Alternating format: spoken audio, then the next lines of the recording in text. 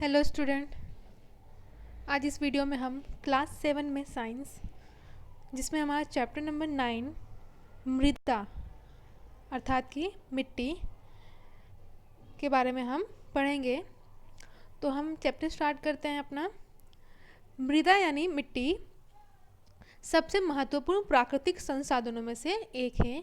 ये पादपों की जड़ों को दृढ़ता से थामे रखकर तथा उन्हें जाल और पोषक तत्वों की आपूर्ति करके उनकी जो है वृद्धि में सहायता करती है।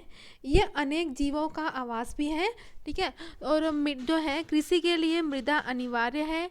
कृषि हम सभी को भोजन, कपड़ा और क्या देती है, आश्रय प्रदान करती है। अतः मृदा हमारे जीवन का अभिन्न भाग है, ठीक है। तो जो मृदा है, वो जो मिट्टी है, वो क्या है, हमारी लाइफ के लिए बहुत ही इम्पोर्टेंट पार्ट है। पहली वर्षा के बाद मृदा की जो सौंधी गंध होती है सदैव क्या होती है, ताजगी भर देती है। देखो, जब फर्स्ट टाइम मतलब पहली वर्षा होती है तो उसमें क्या होती है, जो मिट्टी की जो स्मेल होती है, जो सुगंध होती है, क्या होती है, ताजगी भर देती है हमारे शरीर में। अब देखेंगे आगे 9.1 में जो मृदा है, मिट्टी है, उसमें जीवन से भरपूर है। वर्षा ऋतु में एक दिन पहली और बूझों ने मृदा में से एक केचुए को बाहर आते देखा। पहली ने सोचा कि क्या मृदा के अंदर और भी जीव रहते हैं, आइए हम पता लगाएं, ठीक है। अब देखते क्रियाकलाप 9.1। क्रियाकलाप में देखिए, विभिन्न स्थानों से मृदा के कुछ नमूने एकत्रित कीजिए और उनको ध्यानपूर्वक देखिए। यहाँ पर चित्र 9.1 में जो है मृदा के नमूने एकत्र करते हुए बच्चे आपको करते हुए जो चित्र है बच्चे का, वो आपको दिखाया गया है। इसके लिए आप क्या कर सकते हैं, हैंडलेस यानी जो आवर्धक लेंस होता है उसका उपयोग आप कर सकते हैं, ठीक है। तो प्रत्येक नमूने का ध्यानपूर्वक निरीक्षण करें और करने के बाद आपको जो है सारणी 9.1 में इनके जो निरीक्षण है, प्रेक्षण है, आपको उनको नोट करने हैं। अब देखेंगे यहाँ पर अपने प्रेक्षणों के बारे में अपने मित्रों से चर्चा कीजिए। क्या आपके जो मित्र हैं द्वारा जो एकत्रित किए गए नमूने हैं, उनके द्वारा एकत्रित किए गए जो नमूने जैसे ही हैं। बूझो और पहली ने एकत्रित किए गए नमूने आपके क्या अपने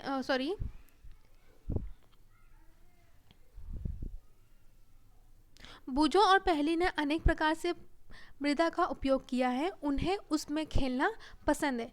यह वाकई बहुत ही मनोरंजक है, ठीक है। आपने कभी मिट्टी से खेला होगा, खेल किए होंगे बचपन में, तो क्या है, वो बहुत मनोरंजक है। यहाँ पर जो है बूझो और पहली मिट्टी द्वारा खेल खेल रहे हैं। अब देखेंगे मृदा के उपयोगों की एक सूची बनाई। अब मृदा के जो उपयोग हैं, मिट्टी से हमें किस किस प्रकार उपयोगी है, उसकी आपको क्या करनी है, एक सूची बनानी है।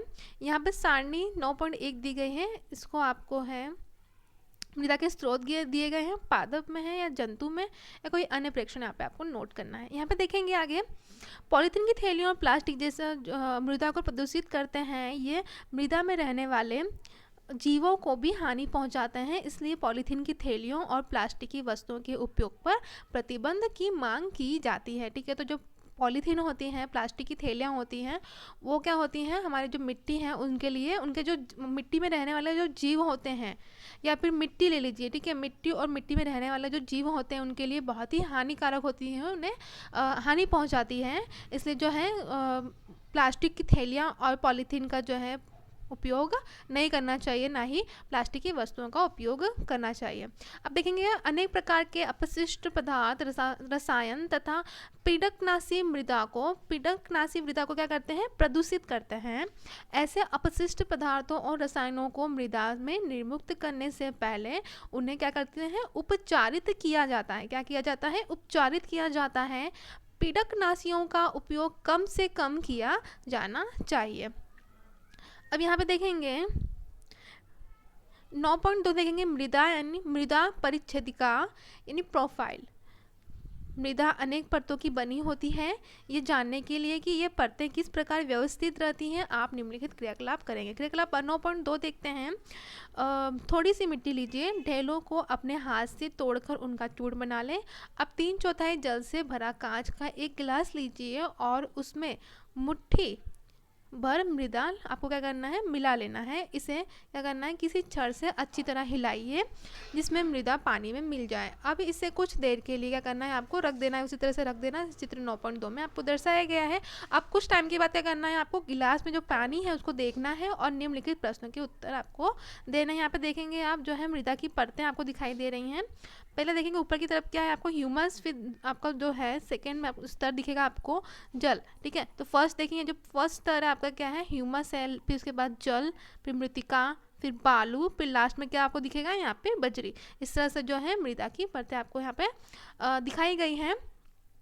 अब देखेंगे आगे क्या आपको कांच के गिलास अभी जो आपको है इन क्रियाकलाप करने के बाद आपको जो है इन प्रश्नों के आपको उत्तर देने हैं। आगे देखेंगे मृदा में उपस्थित सड़े गले जो जैव पदार्थ हैं वो क्या कहलाते हैं, ह्यूमस कहलाते हैं। देखिए यहाँ पे ह्यूमस की जो डेफिनेशन आप जो है परिभाषा आपको दी गई है, मृदा में उपस्थित सड़े गले जो जैव पदार्थ हैं वो क्या कहलाते हैं, ह्यूमस कहलाते हैं। ठीक है, और आगे देखेंगे कि आप शायद जानते होंगे कि पवन, जल और जो है जलवायु की क्रिया से सैलो यानी जो चट्टानें होती हैं वो क्या होती हैं, टूटने में मृदा का निर्माण होता है। यह प्रक्रम अपक्षय कहलाता है। क्या कहलाता है, अपक्षय कहलाता है। किसी मृदा की प्रकृति उन सैलों पर निर्भर करती है जिनसे क्या होता है, उनका निर्माण होता है। और इन जो है उन वनस्पतियों की किस्मों पर भी निर्भर करती हैं जो इनमें उगते हैं। मृदा की विभिन्न परतों से गुजरती हुई ऊर्ध्वाकाट क्या कहलाती है, मृदा परिच्छेदिका कहलाती है। मृदा की विभिन्न परतों से क्या है, जो गुजरती हुई ऊर्ध्वाकाट होती है वो क्या कहलाती है, मृदा परिच्छेदिका कहलाती है। प्रत्येक परत स्पर्श यानी गठन, रंग, गहराई और रासायनिक संगठन में भिन्न होती है। ठीक है, तो ये परतें क्या होती है, सस्तर स्थितियाँ कहलाती हैं। चित्र 9.3 को हम देखेंगे, यहाँ पर देखेंगे जो है यहाँ पर देखिए 3 तरह के स्तर दिए गए हैं, A, B, C सस्तर स्थिति। इसी तरह से A, B, C में भी जो है 3 जो है मृदा की जो परिच्छेदिका आपको दर्शाई गई है। अब देखेंगे हम सामान्यतः मृदा की सबसे जो ऊपरी शीर्ष परत को देखते हैं, उसके नीचे वाली परतों को नहीं। ठीक है, जो उसके ऊपर की जो परत होती है, हम लोग क्या होते हैं ऊपर की जो परत है वही हम देख सकते हैं, उसके अंदर की परत नहीं देखते। यदि हम जो है हाल ही में खोदी गई खाई के पार्श्व भाग को देखें तो हमें मृदा की भीतरी परतें भी दिखाई देंगी। ऐसी स्थिति में हम उस स्थान के मृदा परिच्छेदिका को प्रेक्षण कर सकते हैं। मृदा परिच्छेदिका को कुएं में खुदाई करते समय अथवा किसी इमारत की नींव खोदते समय भी देखा जा सकता है। इसे पहाड़ों पर, सड़कों के किनारे अथवा तो जो है नदियों के खड़े किनारे पे भी देख सकते हैं आप। सबसे ऊपर वाली सस्तर स्थिति है जो ए है आपका, जो क्या है सामान्यतः गहरे रंग की होती है, क्योंकि क्या है यह ह्यूमस और खनिजों से जो समृद्ध होती है। और ह्यूमस मृदा को क्या करते हैं, उर्वर बनाता है और पादपों को पोषण प्रदान करता है। यह परत सामान्यतः मृदु, सनद्र और अधिक जल को धारण करने वाली होती है। इससे शीर्ष मृदा अथवा ए सस्तरित स्थिति भी कहते हैं। ठीक है, शीर्ष मृदा अर्थात तो ए सस्तर स्थिति। शीर्ष मृदा कृमियों, कृंतकों, छछूंदरों और भृंगुओं जैसे अनेक जीवों को आवास यानी आश्रय प्रदान करती हैं। छोटे पादपों की जड़ें पूरी तरह से शीर्ष मृदा में ही रहती हैं। शीर्ष मृदा से नीचे की परत में क्या होती है, ह्यूमस कम होती है लेकिन खनिज अधिक होते हैं। यह परत क्या होते हैं, सामान्यतः अधिक कठोर और अधिक सहन यानी घनी होती है और बी सस्तर स्थिति या मध्य परत कहलाती है। जो सेकंड जो स्तर है बी सस्तर स्थिति या आप मध्य परत भी कह सकते हैं। अब जो देखिए तीसरी जो परत है जिसे सी सस्तर स्थिति कहलाती है, जो दरारों और विंध्रों युक्त शैली के छोटे ढेलों की बनी होती है। इस परत के नीचे है आधार सेल होता है जो कठोर होता है और इसे फावड़े से खोदना कठिन होता है। अब 9.3 देखते हैं मृदा के प्रकार। जैसा कि आप जानते हैं कि सेलों के अपक्षय से विभिन्न पदार्थों के छोटे छोटे कण निर्मित होते हैं। इसमें बालू और चिकनी मिट्टी यानी क्ले सम्मिलित हैं। किसी मृदा में बालू और चिकनी मिट्टी का अनुपात उस मूल सेल पर निर्भर करता है जिससे उसके जो कण बने हैं। सेल कणों और ह्यूमस का मिश्रण क्या कहलाता है? मृदा कहलाता है। देखिए यहाँ पर दिया गया है, जो सेल कण होते हैं और ह्यूमस का जो मिश्रण होता है क्या कहलाता है? मृदा अर्थात कि मिट्टी कहलाता है। जीवाणु जैसे बैक्टीरिया, पादप मूल और केंचुए जैसे भी जीव मृदा के क्या है? महत्वपूर्ण अंग अर्थात कि महत्वपूर्ण जो है इंपॉर्टेंट पार्ट है क्या? पादप मूल और केंचुए क्या है? ये जो जीव हैं वो मिट्टी के बहुत ही महत्वपूर्ण अंग हैं। अब मृदा को उसमें पाए जाने वाले विभिन्न माप यानी जो साइज के कणों के अनुपात के आधार पर क्या किया गया है? वर्गीकृत किया गया है। यदि मृदा में बड़े कणों का अनुपात अधिक होता है तो वह बलुई मृदा कहलाता है। ठीक है, मृदा में जो बड़े कण होते हैं उनका अनुपात अगर अधिक हो तो वैसी मृदा क्या कहलाएगी? बलुई मृदा कहलाएगी। यदि बारीक सूक्ष्म कणों का अनुपात अपेक्षाकृत क्या हो? अधिक होता है तो यह क्या कहलाएगा? मृण्मय मृदा कहलाएगा। ठीक है, यदि बड़े और छोटे कणों को मात्रा, बड़े और छोटे कणों की जो मात्रा है लगभग समान हो, ठीक है, समान अर्थात कि इक्वल होती है तो क्या कहलाती है? दुमटी मृदा कहलाती है। ठीक है, आपको ये सारी चीजें जो हैं, सारी परिभाषाएं आपको ध्यान रखनी है, दुमटी मृदा कहलाती हैं। अतः मृदा की वर्गीकरण बलुई, दुमटी और मृण्मय के रूप में किया जा सकता है। इस तरह से क्या है? 3 तरह से जो है मृदा का वर्गीकृत किया गया है। अब देखेंगे मृदा में कणों के आमाप का उसके गुणों पर बहुत महत्वपूर्ण प्रभाव होता है। बालू के कण अपेक्षाकृत बड़े होते हैं, या आसानी से एक दूसरे से जुड़ नहीं पाते, अतः इनके बीच में काफ़ी रिक्त स्थान होते हैं। यह स्थान वायु से भरे रहते हैं, अतः हम कह सकते हैं कि बालू सुवातित होती है। बालू के कणों के बीच के स्थानों में से जल की जो निकासी क्या होती है? तेजी से होती जाती है, अतः बलुई मृदा हल्की, सुवातित और शुष्क होती है। और जो मृतिका यानी जो चिकनी मिट्टी के कण सूक्ष्म यानी बहुत छोटे होने के कारण परस्पर जो है जुड़े रहते हैं और इनके बीच रिक्त स्थान बहुत कम होता है। बलुई मृदा के विपरीत इनके कणों के बीच के सूक्ष्म स्थानों में जल रुक जाता है, अतः चिकनी मिट्टी में वायु क्या होती है? कम होती है, लेकिन यह भारी होती है, ये क्या होती है? भारी होती है, क्योंकि इसमें जो है बलुई मृदा की अपेक्षा अधिक जल रहता है।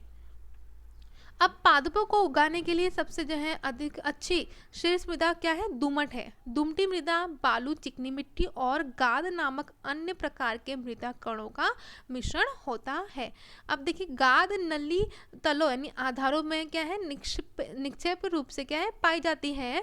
गाद कणों का आमाप यानी साइज बालू और चिकनी मिट्टी के जो आमापों के बीच का होता है। और दुमटी मृदा में क्या होती है? ह्यूमस होती है। इस प्रकार की जो मृदा है वो क्या है? पादपों की जो वृद्धि के लिए क्या है? उचित मात्रा में जल धारण क्षमता होती है। ठीक है, यहाँ पे क्रियाकलाप 9.3 देखते हैं। 9.3 में देखिए मृदई, दुमटी और बलुई मृदा के नमूने एकत्रित कीजिए। किसी एक नमूने में से मुट्ठी भर मृदा लेना है आपको और इसमें क्या करना है? कंकड़, पत्थर, घास के तिनकों आदि का क्या करना है? आपको निकाल लेना है और उसमें बूंद बूंद करके आपको पानी डालना है और गूंथ लेना है। चित्र 9.4a में आपको दर्शाया गया है। और केवल इतना ही नहीं करना है, आपको जल डालने का है और उसके बाद क्या करना है? इस मृदा का गोला आपको बनाया जा सके। देखिए यहाँ 9.4 में मृदा से कार्य किया गया, इस प्रकार से देखेंगे आपको समझ में आ जाएगा। अब देखेंगे, लेकिन ध्यान रखें कि यह चिपचिपा नहीं होना चाहिए। मृदा के गोला बनाने का है। 9.4c में दर्शाया गया है। प्रयास करें किसी समतल सतह पर इस गोले को एक बेलन के रूप में बेल लें। देखिए आपको अलग अलग जो है ऊपर की ओर चित्र दिए गए हैं, जो मृदा से अलग अलग प्रकार के जो हैं आकार बनाए गए हैं। अब देखेंगे इस बेलन से छल्ला बनाने का प्रयास कीजिए। 9.4e में दिया गया है। इस प्रकार को क्रियाकलाप के अन्य नमूनों के साथ दोहराएं। कोई मृदा किस प्रकार की है, क्या इसका निर्णय इस पर आधार किया जा सकता है, उससे मनचाही आकृति बनाना कितना सुविधाजनक है। क्या बता सकते हैं कि किस प्रकार की मृदा बर्तन, खिलौने और मूर्तियां आदि बनाने के लिए सबसे उपयुक्त है? चलिए देखेंगे मृदा के जो गुण, 9.4 मृदा के गुण। आपने मृदा के कुछ उपयोगों की सूची बनाई है। आइए अब हम क्या करेंगे? मृदा के गुणों को जानने के लिए कुछ क्रियाकलाप करेंगे। अब देखेंगे मृदा में जल अंतःस्रवण दर। बुजोर पहली ने 50 सेंटीमीटर बाय गुणे 50 सेंटीमीटर आमाप के 2, ठीक है, 50 बाय 50 सेंटीमीटर के गए हैं वर्ग आमाप के 2 वर्ग अंकित किए हैं, जिनमें से एक उनके घर की फर्श पर है और दूसरा क्या है, कच्ची सड़क पर बना था। उन्होंने 2 समान आवाज की बोतलों को पानी से भर दिया। उन्होंने एक ही समय पर 2 वर्गों स्थानों पर एक एक बोतल पानी डाल दिया। उन्होंने देखा कि फर्श पर गिरा पानी वर्ग की सीमा के बाहर बह गया और अवशोषित नहीं हो पाया, जबकि जो कच्ची सड़क पर डाला गया जो पानी है वो क्या होता है, अवशोषित हो गया था। बूझों को आश्चर्य है कि दोनों वर्गों में पानी के अवशोषण में अंतर क्यों था। ठीक है, तो इसको जानने के लिए हमको क्रियाकलाप 9.4 करना पड़ेगा। 9.4 में देखेंगे इस क्रियाकलाप के लिए कक्षा के सभी छात्र 3 समूह या दल में क्या करना है, आपको बना लेने हैं। दलों के नाम में A B C रख देने हैं। आपको यह मालूम करना है कि किसी दिए गए स्थान पर पानी कितनी तेजी से मृदा में से नीचे चला जाता है। आपको यह खोलने बेलन अथवा खोखले बेलन अथवा पादप की आवश्यकता होगी। यह सुनिश्चित कर ले कि प्रत्येक दल समान व्यास के पाइप का उपयोग करें। ऐसे पाइप प्राप्त करने के लिए क्या है, दिए गए कुछ सुझावों पर विचार कर सकते हैं।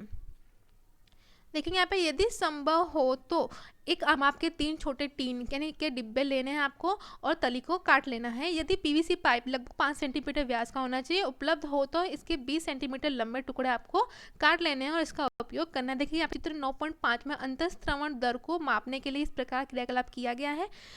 जिस स्थान से आप मृदा एकत्रित करें वहाँ पाइप को लगभग 2 सेंटीमीटर की गहराई तक क्या करना है, आपको धंसा कर लगा दें। चित्र 9.5 में आपको ऊपर की ओर दिया गया है। पाइप में धीमे धीमे 200 ml जितना आपको पानी डालना है। उसमें 200 ml जल को मापने के लिए आप किसी भी 200 ml की खाली बोतल का उपयोग कर सकते हैं। उस समय को नोट कर लें जब आपने जल को डालना आरंभ किया था। जब सारा जल भूमि द्वारा अवशोषित अर्थात कि अंतःस्रावित हो जाए और पाइप खाली हो जाए तो पुनः समय नोट कीजिए।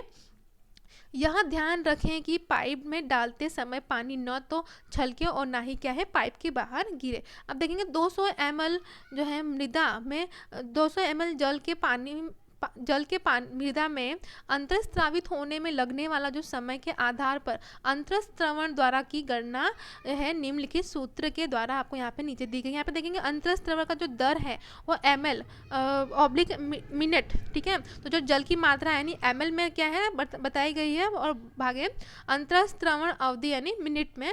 इस तरह से क्या है यहाँ पे सूत्र दिया गया है, सूत्र के आधार पर आप फॉर्मूला कर सकते हैं। अब देखेंगे उदाहरण के लिए आपको मान लीजिए किसी नमूने में 200 ml जल के अंतःस्रवण में 20 मिनट लगते हैं तो आप क्या करेंगे 200। ठीक है, अपना अंतःस्रवण का दर का सूत्र क्या है, जल की मात्रा बटे अंतःस्रवण अवधि। तो क्या है यहाँ पे हमारी जो जल की जो मात्रा है तो कितनी है, यहाँ पर हमारी जल की मात्रा 200 ml और हमारी जो अंतःस्रवण अवधि है, ठीक है, तो जल की मात्रा यहाँ पे हमने 200 ml ले ली। ठीक है, और अपने अंतःस्रवण अवधि कितनी है यहाँ पर 20 मिनट। ठीक है, तो यहाँ पे 200 ml बटे 20 मिनट तो हमारा क्या आएगा आंसर 10 ml ऑब्लिक मिनट। ठीक है, इस तरह से जो है आप अंतःस्रवण दर ज्ञात कर सकते हैं। अब देखेंगे अपने दल द्वारा लिए गए मृदा के नमूने में अंतःस्रवण दर की गणना कीजिए। अपने निष्कर्षों की तुलना अन्य दलों के मृदा के नमूनों के अंतःस्रवण से कीजिए। मृदा के नमूनों को अंतःस्रवण दर के बढ़ते क्रम में व्यवस्थित करिए। अब देखेंगे मृदा में नमी। अब मृदा में नमी क्या आप कभी ग्रीष्म काल में किसी गर्म दिन कि दोपहर में किसी खेत अथवा खुले मैदान से होकर गुजरे हैं? संभवतः आपने देखा होगा कि जमीन के ऊपर की वायु क्या होती है, कंपदीप्त हो रही है। अर्थात ऐसा दिखता है कि जैसे गर्म वायु वैसे ही ऊपर उठ जाती है जैसे आग के अलावा से उठती है। ऐसा क्यों होता है? इस क्रियाकलाप द्वारा हम उसका उत्तर जानने का प्रयास करेंगे। क्रियाकलाप 9.5 देखेंगे। ये जानने के लिए देखिए यहाँ पे एक कथवन नली लीजिए, इसमें 2 चम्मच मिट्टी लीजिए, मिलानी है आपको और क्या करना है, इसे कुछ समय के लिए आपको किसी लो पर गर्म करना है और जो है क्वथन नली का प्रेक्षण करना है। चित्र 9.6 में दर्शाया गया है। आइए हम देखते हैं कि गर्म करने पर क्या होता है। यहाँ पे देखेंगे, देखिए जो है मृदा में से नमी हटाना। पहले देखिए आपको जो परख नली को क्या किया गया है, एक बर्नर पे रख दिया गया है और जो है मृदा उसमें डाल दी गई है जल में मिलाने के बाद। और देखेंगे क्या होता है, आगे देखेंगे क्या आपने कहीं जल की बूंदें दिखाई देती है, यदि हाँ तो किस स्थान पर। ठीक है, यहाँ पे है जो है ऊपर की ओर हमें क्या दिखाई देगी, परखने की जो ऊपर की ओर है हमें जल की बूंदें दिखाई देगी। गर्म करने में मृदा में से क्या होता है, जल वाष्पित होता है। ठीक है, जो जल होता है वो गर्म करेंगे तो वो वाष्पित होगा और वाष्पित होकर ऊपर उठता है। जैसा कि चित्र में ऊपर की ओर देखिए, वाष्प गर्म होने के बाद, जल गर्म होने के बाद वो वाष्पित होकर ऊपर की ओर उठता है, जहाँ पर हमको जल की बूंदें दिखाई दे रही है उस प्रकार से। और जो है क्वथन नली के ऊपर भाग की ओर अपेक्षाकृत ठंडी भीतर दीवार पर संघनित हो जाता है, जैसा कि चित्र में दर्शाया गया है। गर्म दिनों में मृदा से जल के वाष्पन के कारण ऊपर उठती जलवाष्प वायु को अपेक्षाकृत सघन बना देती है। इससे सूर्य के प्रकाश के परावर्तन के कारण मृदा के ऊपर की जो वायु होती है वो हमें क्या है, कम दीप्त प्रतीत होती है। ठीक है, तो ये क्रियाकलाप करने के बाद हमें समझ आ गया है। ठीक है, अब देखेंगे 9.6 मृदा द्वारा जल का अवशोषण। क्या सभी प्रकार की मृदा समान मात्रा में जल का अवशोषण करती है? आइए यह जानने के लिए ये क्रियाकलाप करें। देखिए, क्रियाकलाप 9.6 आपको दिया गया है। क्रियाकलाप 9.6 करने के बाद आपको पता चल जाएगा कि जो है सभी प्रकार की मृदा समान मात्रा में जल का अवशोषण करती है अथवा कि नहीं करती है। ठीक है, ये क्रियाकलाप आपको देख लेना है। यहाँ पर देखेंगे क्रियाकलाप करने के बाद आपको ये सभी प्रश्नों के उत्तर आपको क्रियाकलाप के आधार पर आपको देने रहेंगे। आगे देखेंगे हम 9.7 मृदा और फसलें। अब देखेंगे भारत की जो विभिन्न क्षेत्रों में भिन्न भिन्न प्रकार की मृदा यानी मिट्टी पाई जाती हैं। कुछ क्षेत्रों में मृणमय मृदा, कुछ में दुमटी मृदा, जबकि कुछ अन्य क्षेत्रों में बलुई मृदा पाई जाती है। पवन, वर्षा, ताप, प्रकाश और आर्द्रता द्वारा मृदा क्या होती है, प्रवाहित होती है। ये कुछ प्रमुख जल वायवीय यानी जलवायु संबंधी क्या है, कारक हैं जो मृदा परिच्छेदिका को प्रवाहित करते हैं और मृदा संरचना में परिवर्तन लाते हैं। जलवायुवीय कारक तथा मृदा के घटक सम्मिलित रूप से किसी क्षेत्र के विशेष में उगने वाली वनस्पति तथा फसलों की किस्मों का निर्धारण करते हैं। मृणमय और दुमटी जो मृदा है दोनों ही गेहूं और चने जैसी फसलों की खेती के लिए उपयुक्त होती है। ऐसी मृदा की जल धारण क्षमता क्या होती है, बहुत ही अच्छी होती है। और जो धान के लिए है, मृत्तिका एवं जैव पदार्थ से समृद्ध तथा अच्छी जल धारण क्षमता वाली मृदा आदर्श होती है। मसूर और अन्य दालों के लिए दुमटी मृदा की आवश्यकता होती है, जिससे यह जल को जो है निकासी आसानी से हो जाती है। कपास के लिए क्या है, जो कपास होता है, कपास के लिए क्या है, बलुई, दोमट अथवा जो दोमट मृदा क्या होती है, अधिक उपयुक्त होती है, जिसमें जल की निकासी क्या होती है, आसानी से हो जाती है और जो पर्याप्त परिमाण में वायु को धारण करती है। और जो गेहूं जैसी फसलें होती हैं वो महीन मृणमय मृदा में उगाई जाती है। ठीक है, जो गेहूं की फसलें होती हैं क्या है, महीन मृणमय मृदा में उगाई जाती है, क्योंकि वह ह्यूमस से समृद्ध और अत्यधिक उर्वर होती है। अपने शिक्षकों, माता पिता और अपने क्षेत्र के किसानों से वहां की मृदा के प्रकारों और उगाई जाने वाली फसलों के बारे में जानकारी एकत्र कीजिए और उपलब्ध जानकारी को यहाँ पे देखिए सारणी 9.2 में आपको फिलअप करनी सारणी 9.2 में आपको लिखनी है। यहाँ पे देखेंगे, यहाँ पर ऊपर की ओर आपको एक केस का अध्ययन दिया गया है, आपको पढ़ लेना है। और यहाँ पर देखेंगे जो है मृदा अपरदन, जल, पवन अथवा बर्फ के जो द्वारा मृदा की ऊपरी सतह का हटना क्या कहलाता है, अपरदन कहलाता है। पादपों की जड़ें मृदा को मजबूती से बांधे रखती हैं। पादपों की अनुपस्थिति से जो है मृदा ढीली हो जाती है। इससे यह पवन और प्रवाही जल के साथ क्या होती है, बह जाती है। मृदा का अपरदन मरुस्थल अथवा बंजर भूमि जैसे स्थानों पर अधिक होता है, जहाँ की सतह जो है बहुत कम और कोई वनस्पति नहीं होती है। अतः वृक्षों की कटाई और वनोन्मूलन को रोका जाना चाहिए और हरित क्षेत्रों को बढ़ाने के लिए आपको क्या करने चाहिए, प्रयास करने चाहिए। यहाँ पे देखेंगे जो धान के रोपण के लिए किस प्रकार की मृदा सबसे उपयुक्त होगी, ऐसी मृदा जिसकी अंतःस्रवण दर अधिक हो अथवा जिसमें यह दर कम हो। यहाँ पर देखेंगे पहले कुछ सवाल कर रही है, अंतःस्रवण दर और जल धारण करने की क्षमता में क्या अंतर होता है। तो जो है बूझो कहते हैं, बूझो को लगता है कि बूझो लगता है तुमने जो पहले पढ़ा था उसे भूल गए हो, पाठ को दोबारा पढ़ो और तुम्हें इसका उत्तर मिल जाएगा। इसी के साथ चैप्टर कंप्लीट होता है हमारा। यहाँ पर आपको प्रमुख शब्द दिए गए हैं, सभी प्रमुख शब्द की आपको जो है परिभाषाएं आपको चैप्टर में से देख के चैप्टर में से मिल जाएंगी और इनके प्रमुख शब्दों की जो परिभाषाएं आपको लिखनी रहेंगी। उसके साथ ही आपको यहाँ पर अभ्यास के प्रश्न दिए गए हैं। अभ्यास के प्रश्नों के उत्तर आपको आपकी नोट में लिखने रहेंगे। इन सभी के उत्तर आपको चैप्टर में से मिल जाएंगे। इसी के साथ हमारा जो चैप्टर था, चैप्टर 9 मृदा, कंप्लीट होता है। Thank you.